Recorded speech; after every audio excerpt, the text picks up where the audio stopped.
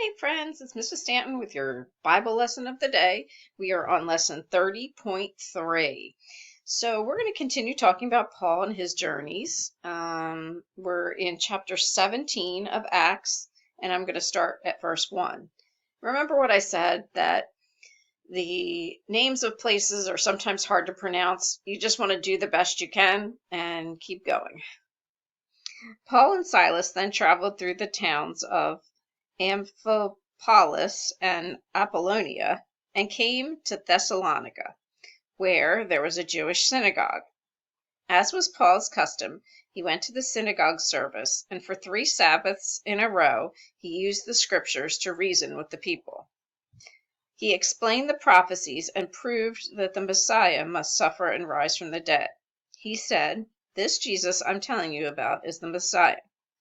So we talked about this before, how Paul would go to the synagogue. That's where the Jewish people would be worshiping. And remember, the Jewish people would have studied the Old Testament scriptures. There wasn't a New Testament then, because that's the story that we're reading now. That's kind of the story that was happening.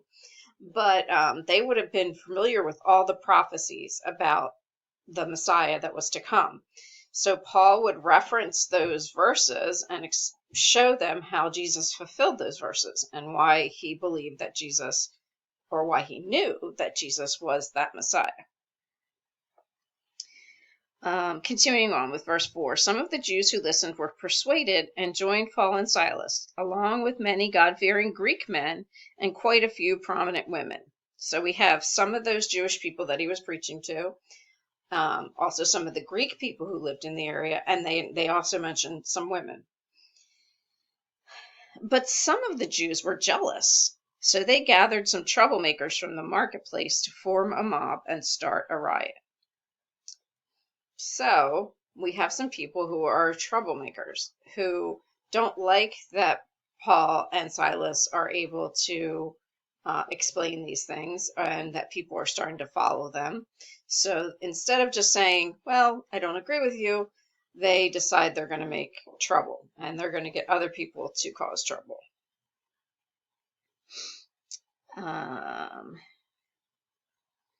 They attacked the home of Jason, searching for Paul and Silas so they could drag them out of the crowd. Not finding them there, they dragged out Jason and some of the other believers instead and took them before the city council.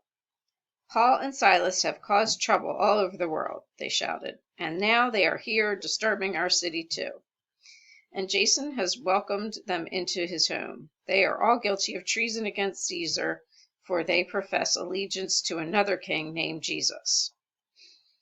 So again, they're kind of taking things out of context, meaning that they're trying to say that they're proclaiming another king because they know that'll get them in trouble. The people of the city, as well as the city council, were thrown into turmoil by these reports. So the officials forced Jason and the other believers to post bond, and then they released them. That very night, the believers sent Paul and Silas to Berea. When they arrived there, they went to the Jewish synagogue, and the people of Berea were more open-minded than those in Thessalonica, and they listened eagerly to Paul's message. They searched the scriptures day after day to see if Paul and Silas were teaching the truth. As a result, many Jews believed, as did many prominent Greek men and women. So we see that Paul and Silas aren't discouraged because people are coming up against them, but they're continuing their travels, they're continuing their preaching. So what they want you to think about here in this lesson is how they continue to preach to people, and how we can, in our day-to-day life, preach to people. So let's look at page 119. If you don't have your book, go grab it, grab a pencil. We're going to do it together. So it says at the top, even though people persecuted Paul, he chose to persevere. We've talked about this word perseverance before. Persevere means to keep going even when things can be hard. We want to persevere in our spiritual life. We also want to persevere in our school life and in whatever we're doing. We want to keep at things, even if sometimes they feel hard. In Athens, Paul looked for ways to share the gospel. He saw an altar to an unknown God and told the people about the true God. Read the verses below and then write an answer that helps tell people about God. Okay, so what they give you here is something someone might say to you and how you could work in something from the Bible to talk about it with them. So the first one is Psalm 118:24. That says, "This is the day the Lord has made. We will rejoice and be glad in it." You guys might remember we sang a song with that in it. This is the day that the Lord has made. And if we were in school, I might be singing that with you because I really like that song. So that says your neighbors comment about the beautiful day. Okay, and we reread this verse. Now, you don't have to say to them, Psalm 118:24, this is the day that the Lord has made. We will rejoice and be glad in it. No, you don't have to say it that way. What you can say is something like, God made this. I'm so happy that God gave me this beautiful day. Or I'm so happy that God created the beauty all around us. Something like that. So write something like that. Don't write the words something like that. Write something about how God made the beautiful day for number 1. Pause if you need to. All right, number 2 is your friend says that no one cares about her.